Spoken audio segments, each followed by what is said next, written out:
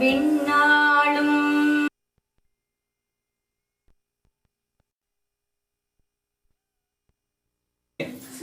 because they all, Sankramanan was initiated into Carnatic music at the age of 4.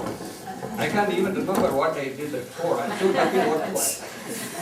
So he learned music at the age of 4. His initial, again, before learning the fiddle, he learned vocal music. That's the way it should be done. Proper approach, very solid foundation in vocal music before you start playing an instrument. Because the kritis have to be, the lyrics have to be appreciated. Music is 90% lyrics. So lyrics have to be appreciated. So he learned that vocal music first from Srimati Santa Kumari, and later advanced training from Vamana Nambudri. And I believe he gave his full-fledged concert at the age of 10. He can't be more than 20 now. So at the age of 10.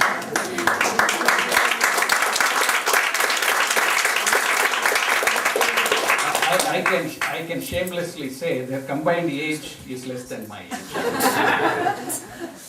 And so thank you, Shankaran, for readily agreeing to play, and so I appreciate it. So I think now I know who you are, so you will be part of our programs all the time.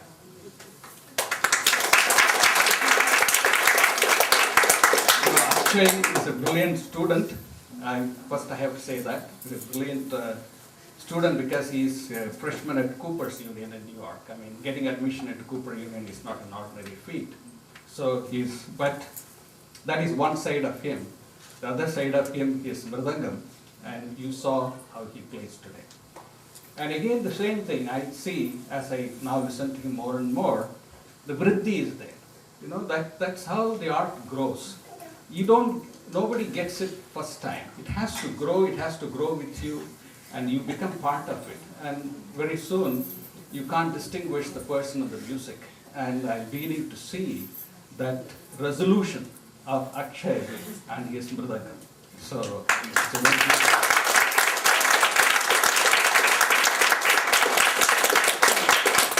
let me now share a secret about music. This Mridangam, people normally can appreciate the raga, of course, if you understand the language, the lyrics. But thalam is very difficult. When he plays particularly the Taniyavardanam, where he shows his medal, not that I'm trying to insult you, but most of you probably don't even know what's happening. That's the truth. But the important point is, this is a very important point to note, the human mind, the human psyche, always looks for laya. Laya means not just thalam. Laya means resolution. So when he plays all this complicated chord-wise, then when he comes to that mutai with the end point, we all rejoice. Everybody claps. And the people who keep the beat, and they're all very happy that it came back to the same beat again. Because otherwise it will be coming somewhere else. Hoping that you don't miss the beat, but you keep the beat properly. There is an innate pleasure when he comes to that point, the samam as you would say, and the people who keep the beat also come to samam. That is laya. So there has to be resolution. So however complicated the korva is, however complicated the mogaras that he plays, the tani, that Rupar Talam, very interesting, and he now plays a lot of gumkis as we call. It embellishes the music, the sound. The total effect is there. But when I listen to him, and then see the audience's reaction, the summer, coming back to that laya, the resolution. That is what the human mind, always the human heart, looks for resolution. Samam is always like water finds its level. The human mind, as you listen to music, you always want to come to samam. And so Akshay provided to us that resolution today. So I'm very happy. He has become our Bridgewater Asthana. So I always count on him, always without hesitation. He agrees for our programs. These are all, this is a noble cause. I'm going to talk about it now. So again, one more round of applause.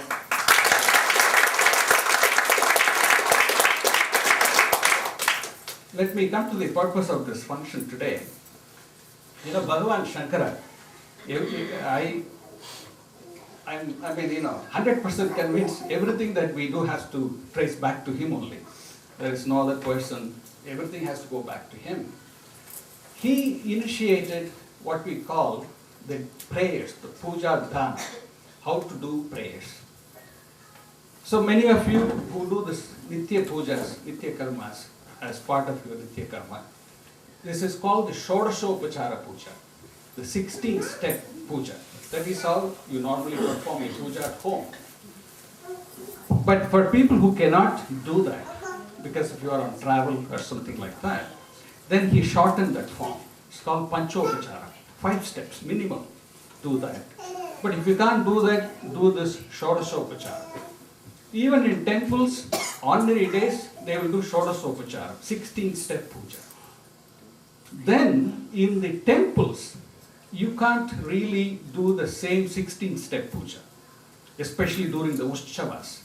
And in India, you all know, every temple, every month, there's more than one Utshava.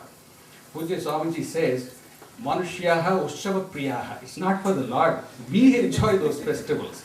So we keep on adding celebrations, Utshavas in the temples. And in the Utshava time, there you can't do the 16 pujas, 16-step puja. Of course, you cannot do the 5-step puja. 5-step puja is a last resort, only if there is an excuse, a valid excuse. So he instituted what is known as Chadushashtyopachara, 64-step. Chadushashti. Actually, in the Lalita Sahasranama, Devi's name is Chadushashti Upacharyadhyaye Namaha. There is a mantra like that. The Devi enjoys the 64 step.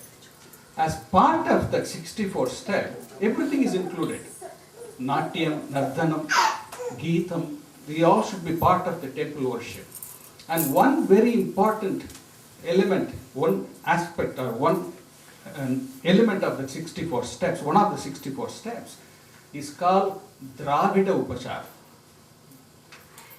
Dravida Upachara means every temple singing these hymns, these Devaram hymns, these Tamil hymns, which are composed by these 9 Mars, as our dear friend Mani elaborated in the introduction.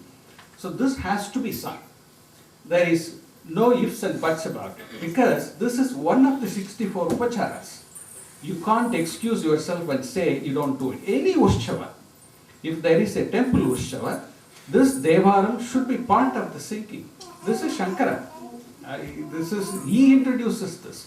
He introduces this concept. So this Devaram singing in the temples goes back to Shankara. Actually, there is a very interesting verse in Saundarya Lahari. This little girl, Aishwarya, I am told, actually, by the way, Saundarya Lahari is one of the hallmarks of Shankara's composition stutis. And Brahma has sung all those 100 and set them to music. And so you should learn it from her and listen to her. But this little girl, Aishwarya, I am told she knows all those 100 by heart. So I should listen to her also. The point is, there is a verse there, the verse 75th verse, where Shankara refers to Trinyana Sambandha that our Mani talked about, one of the 9 Mars, 64 Carnatics of the Saivite religion. He talks about this Jnana Sambandha called Dravida Shishu. So it's very interesting that Shankara is the one who started this tradition. But apparently this tradition must have disappeared even after Shankara's time. So Rajaraja Cholan, one of the kings of the Tamil Chola dynasty, he then reinstituted the singing of the hymns during the temple upachara, these 64 steps, and brought this tradition back. So this is how the Oduwa tradition came into vogue. But lo and behold, when you say Rajaraja Cholan, Tanjore Pragadishwara temple. Pragadishwara temple is the biggest linga. Brih means, the Brih Dhatu means Brih Vriddhav. It's a huge temple. to do Neyveli, Anna Abhishekam, with rice, to do Anna Abhishekam to the temple, you need several bags of rice to cook the food and to do that Abhishekam. It's such a huge linga. It cost 1 lakh rupees to do Neyvedyam for that Lord. So such a big temple where he instituted this. But even in that temple, that Pragadeshwara temple, this tradition doesn't exist now. Okay, this is the state of affairs. We lose these things. So like our Shankara is the Renaissance man, our Swami Dayananda is the Renaissance man. If you want, if anybody has any doubt about whether Shankara could have existed, whether Shankara could have done in 32 years all this, I don't think you need to have any doubt. You just have to see Puja Swami Dayananda Saraswati. This is how he starts activities, brings back traditions which are disappearing, cultures which are going away, bring them back, so that this is, we are part of that tradition.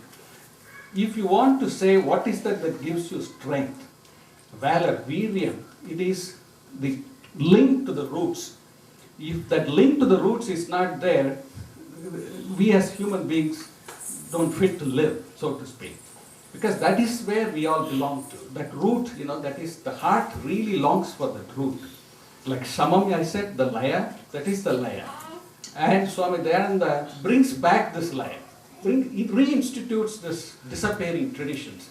So the first thing he did is appoint a Oduwa in the Pragadeshwara temple, Tanjore, starting with the year 2006. So now the tradition continues. So Swamiji's Oduwa project is bring this tradition back. Most temples don't have Oduwas. Actually, my sister's son, nephew, he also, like Rama, is an MSc graduate. But I said, nothing doing, I'm not interested in any of this. He is an Oduwa in the Thiruvannaikavil, what is that? Jambugeshwara temple, the Thiruvannaikavil temple, which is the water Appulingam. So he is a Oduwa there. A graduate, but he only gets a pittance 1,500 rupees per month. But he said that's enough. So he has to go 3 times during the day, the Sandhya pujas, morning and evening, and the Uchikala pujas, the afternoon, 12 o'clock. He has to go, and his job is the Kurukal will say, sing yes, Dravida Upachara. That is how he'll say. Now Dravida Upachara, he will say, and he will sing a Devara. So Puja Swamiji is bringing back these traditions, and his goal was to appoint at least last year, that's how we collected the money, in 30 temples. But lo and behold, he cannot get 30 qualified Oduwas. This is again the state of affairs. No, so that that's why when I say praise Rama is not just an empty praise. An young person like that, learning that tradition, I think we all have to owe to her. So and then she's going to teach to the students who are all sitting in front. So the tradition the Sanatana Dharma will continue. So Swamiji cannot find qualified Oduwas. So he's only able to appoint so far 16 of them. So in order to, therefore, now there is a problem. If there are not Oduwas, what that means is, of course, the livelihood is not there. That is one aspect of it. But there are no Padasalas to train Oduwas. This is again, this is how the disappearing culture. So Swamiji now, in collaboration with this Madadinams, the Dharmapura Madadinam, etc., now starting this Padasalas. So this Dharmapura Madinam and other Adinams have come forward that they will now have these Padasalas and train Oduwas so that later they can be appointed into these temples. At least his goal is there should be a Oduwa in the temples where these, as Shiva had said, Mani had said, where these Nayanmars, the Carnatics, particularly Upper, Sambandar and Sundara, the temples that they have visited, where they have sung, at least those temples should have a traditional Oduwa to sing these hymns at the 3 puja kalas as part of the 64. So Swamiji is starting that.